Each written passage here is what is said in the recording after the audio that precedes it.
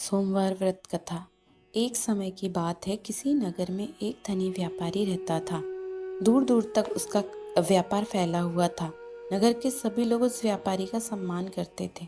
इतना सब कुछ संपन्न होने के बाद भी वह व्यापारी बहुत दुखी था, क्योंकि उसके कोई पुत्र नहीं था, जिस कारण उस अपनी मृत्यु के पश्चात अपने उत्तराधिकारी की चिंता उसे हमेशा सताती रहती थी। पुत्र प्राप्ति की इच्छा से व्यापारी प्रत्येक सोमवार भगवान शिव की व्रत पूजा किया करता था और शाम के समय शिव मंदिर में जाकर शिव जी के सामने घी का दीपक जलाया करता था। उसकी भक्ति देखकर माँ पार्वती प्रसन्न हो गई और भगवान शिव से व्यापारी की मनोकामना पूर्ण करने का निवेदन किया। भगवान शिव बोले कि इस संसार में सबको उनके कर्मों के अनुसार फल की प्राप्ति होती है। जो प्राणी जैसा कर्म करते हैं उन्हें वैसे ही फल प्राप्त होता है। शिव जी द्वारा समझाने के बावजूद माँ पार्वती नहीं मानी और उस व्यापारी को पुत्र मनोकामना पूर्ति हेतु शिव से बारंबार अनुरोध करती रही। अंततः माता के आग्रह को देखकर भगवान भोलेनाथ को उस व्यापारी को पुत्र प्राप्ति का वरदान देना पड़ा। वरदान देने के पश्चात भोलेनाथ माँ पार्वती से बोले, आपके आग्रह पर मैंने पुत्र प्राप्ति का वरदान तो दे दिया,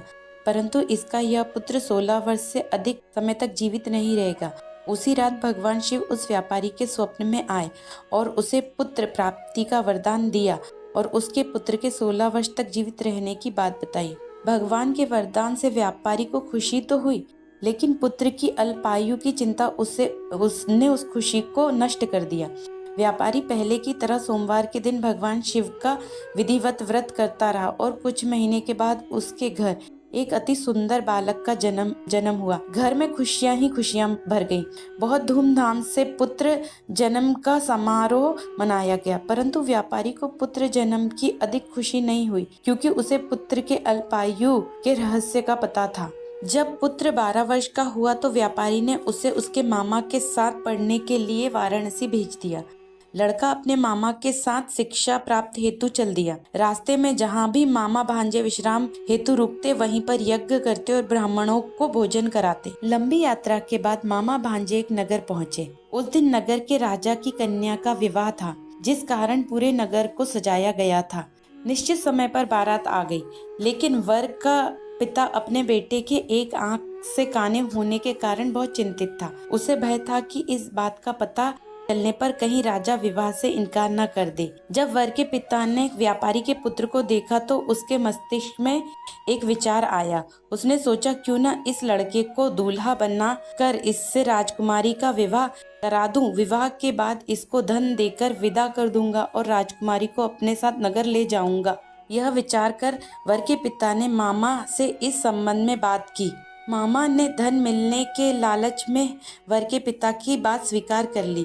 लड़के को दूल्हे का वस्त्र पहनाकर राजकुमारी से विवाह कर दिया गया। राजा ने बहुत सारा धन देकर राजकुमारी को विदा किया।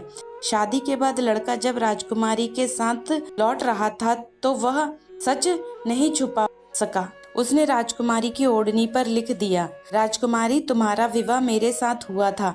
मैं वाराणसी पढ़ने के लिए जा रहा हूँ और अब तुम्हें जिस नवयुवक की पत्नी बनकर रहना पड़ेगा वह कान्हा है। जब राजकुमारी ने अपनी ओढ़नी पर लिखा पढ़ा तो उसने काने लड़के के साथ जाने से इनकार कर दिया।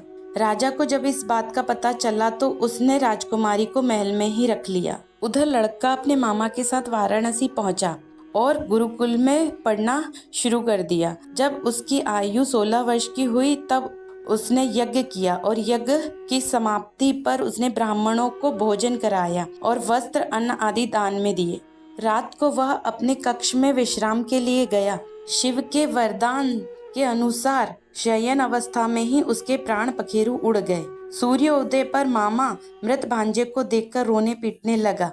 आसपास के लोग एकत्रित होकर दुख प्रकट करने लगे। लड़के के मामा के रोने विलाप करने के स्वर समीप से गुजरते हुए भगवान शिव और माता पार्वती ने भी सुने। माता पार्वती ने भगवान से कहा, प्राणनाथ, मुझे इसके रोने के स्वर सहन नहीं हो रहे हैं। आप इस व्यक्ति के कष्ट को अवश्य दूर करें।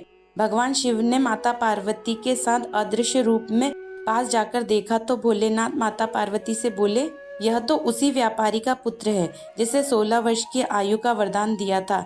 इसकी आयु पूरी हो गई है। माता पार्वती ने फिर भगवान शिव से निवेदन कर उस बालक को जीवन देने का आग्रह किया। माता पार्वती के आग्रह पर भगवान शिव ने उस बालक को जीवित होने का वरदान दिया और कुछ ही पल में वह जीवित होकर बैठ गया। शिक्षा समाप्त करके लड़का मामा के साथ अपने नगर की ओर चल दिया।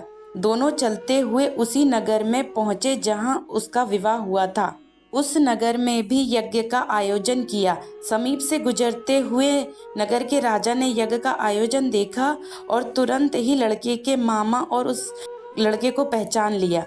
यज्ञ के समाप्त होने पर राजा और मामा लड़के को महल ले गए और कुछ दिन उन्हें महल में ही रखा और बहुत सा धन वस्त्र आदि देकर राजकुमारी के साथ विदा कर दिया।